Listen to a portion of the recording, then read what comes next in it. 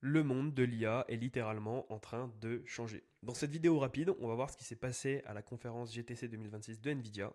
Mais avant de commencer par les annonces, je vais commencer par me présenter. Donc pour ceux qui ne me connaissent pas, moi je suis Léo, j'ai 22 ans, je suis fondateur de Innovia. Donc Innovia, qu'est-ce que c'est? C'est une agence dans laquelle on fait du logiciel sur mesure, donc du conseil de l'audit et du logiciel sur mesure IA. Donc la spécificité, c'est que nous, on va intégrer des fonctionnalités IA pour automatiser les tâches répétitives des entreprises, mais surtout, en fait, on transfère intégralement toute la propriété intellectuelle du logiciel à l'entreprise, c'est-à-dire que c'est votre logiciel. Et on se charge de tout. Donc Innovia, qu'est-ce que c'est? C'est une entreprise, du coup, comme je vous l'ai dit, une agence tech qui accompagne du coup les entreprises à intégrer l'IA de manière durable. On est présent en France, en Belgique et au Luxembourg. On a accompagné en tout plus d'une trentaine de PME à intégrer l'IA dans leur processus de manière durable. Je suis également ambassadeur IA auprès du ministère à Bercy. On travaille, on a des sessions de travail avec tous les ambassadeurs, donc les 400 ambassadeurs IA en France sur le plan national Oser l'IA qui est poussé par la Direction Générale des Entreprises. Et donc ça nous permet d'être au plus proche du terrain et des réalités terrain des PME en France et du coup des PME de manière globale, puisque d'un pays à un autre, on a toujours, entre guillemets, les mêmes problématiques. Donc ça fait depuis mes 12 ans que je crée justement des logiciels, des applications web, etc. et que j'entreprends.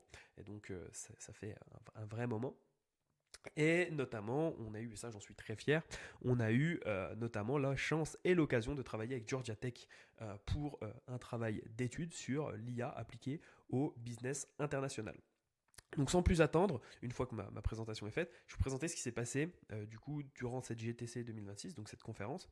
Donc il y a eu plusieurs points qui ont été abordés, mais nous le plus intéressant, on va voir, donc il y a eu notamment les nouvelles puces, les nouvelles puces qui vont être donc des LPU, qui ne seront plus justement des GPU annoncés par Nvidia, qui seront spécialisés justement dans le traitement des inférences sur justement les données pour l'entraînement et la statistique sur des mots et sur des contextes IA.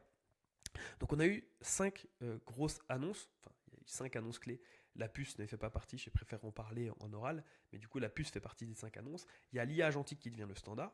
Donc déjà, premièrement, on a les 1000 milliards de dollars de commandes de puces d'IA d'ici 2027, alors que l'an dernier, on était à 500 milliards, ce qui montre que le chiffre a doublé en 12 mois, donc ça c'est énorme. Au niveau des annonces, on a du coup l'IA agentique devient le standard, comme je l'ai dit, l'IA agentique, des agents IA autonomes vont devenir de plus en plus le modèle sur le marché pour les entreprises et ce qui va créer le plus de retours sur investissement. Il y a encore un an, c'était pas la même chose. Il y a encore même 4 mois, j'avais fait une vidéo que j'ai postée il y a pas longtemps où je parlais pour l'instant les agents IA autonomes n'étaient pas du tout fiables. C'était encore le cas au moment où j'ai tourné la vidéo. Ça n'est plus maintenant. Ça montre à quel point les innovations avancent très vite.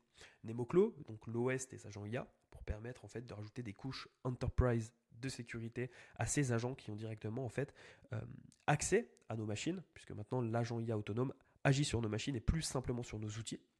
Mistral Forge, donc là c'est là où on va revenir ici, puisque c'est vraiment l'annonce française, c'est créer leur propre modèle d'IA depuis zéro pour chaque entreprise. Et IBM plus Nvidia, le but c'est de renforcer leur partenariat pour permettre aux entreprises d'intégrer durablement et de manière propre l'IA dans leur processus.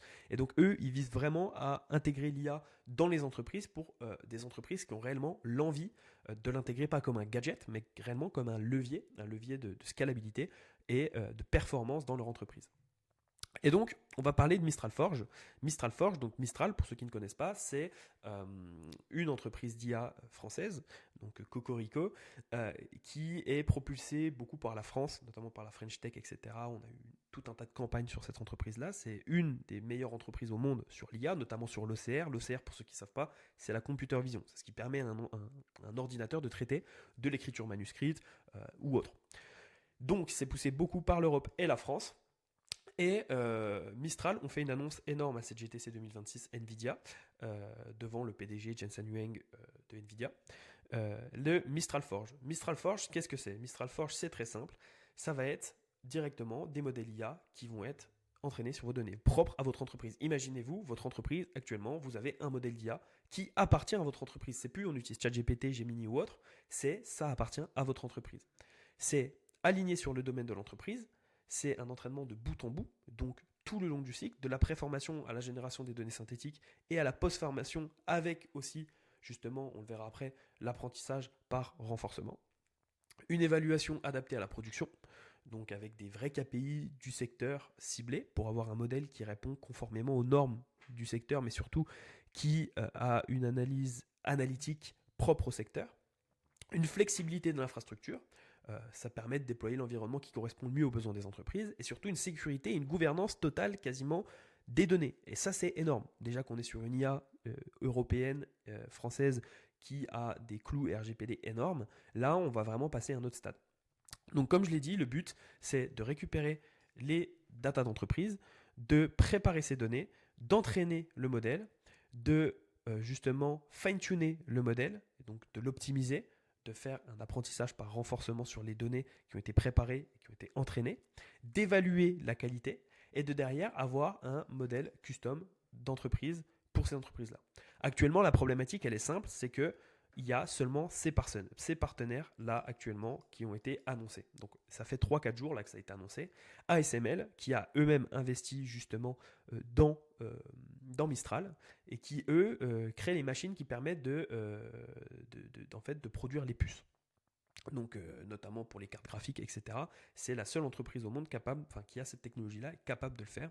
Et donc voilà. Le problème, c'est que ces entreprises-là ont énormément d'argent, ils peuvent se permettre d'avoir des modèles pré-entraînés parce qu'ils ont énormément d'argent.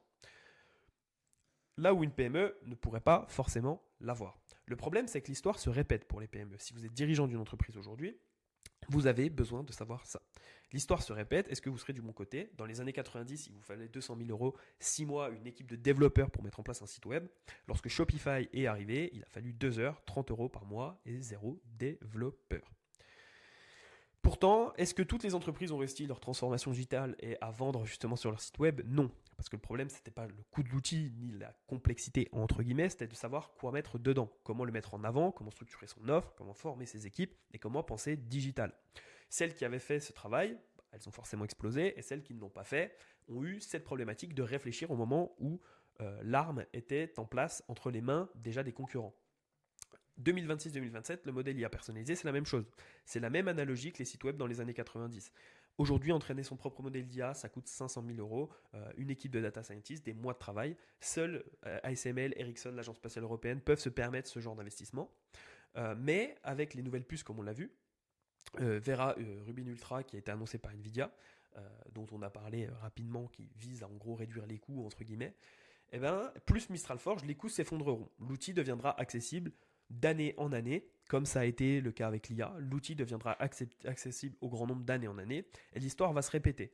Exactement de la même façon. Les entreprises qui auront structuré leurs données, documenté leurs process, formalisé leurs connaissances métiers, elles pourront brancher Forge, entre guillemets, créer un modèle propre d'ici 3-4 ans peut-être, mais pourront le faire parce qu'elles auront déjà eu ce travail de fond pendant 3 ans. Et donc, on comprendra leur jargon, l'IA comprendra aussi leur manière d'interagir avec leurs clients, et c'est ça qui est important. La vraie question, c'est pas est-ce que je pourrais me permettre Mistral Forge dans 3 ans, mais c'est est-ce que mes données seront prêtes quand l'outil sera là. Et ça, c'est une vraie problématique. Et la fenêtre pour prendre de l'avance, c'est maintenant. C'est pas quand tout le monde se réveillera, quand ce sera une nouvelle innovation, puisque ça va très vite, quand ce sera à disponibilité de tout le monde, c'est pas là qu'il faudra se réveiller, parce que le travail qui aura été fait avant et toutes les données accumulées seront hyper importantes en fait pour pouvoir avoir un modèle qui est vraiment personnalisé et qui va absolument marcher pour l'entreprise.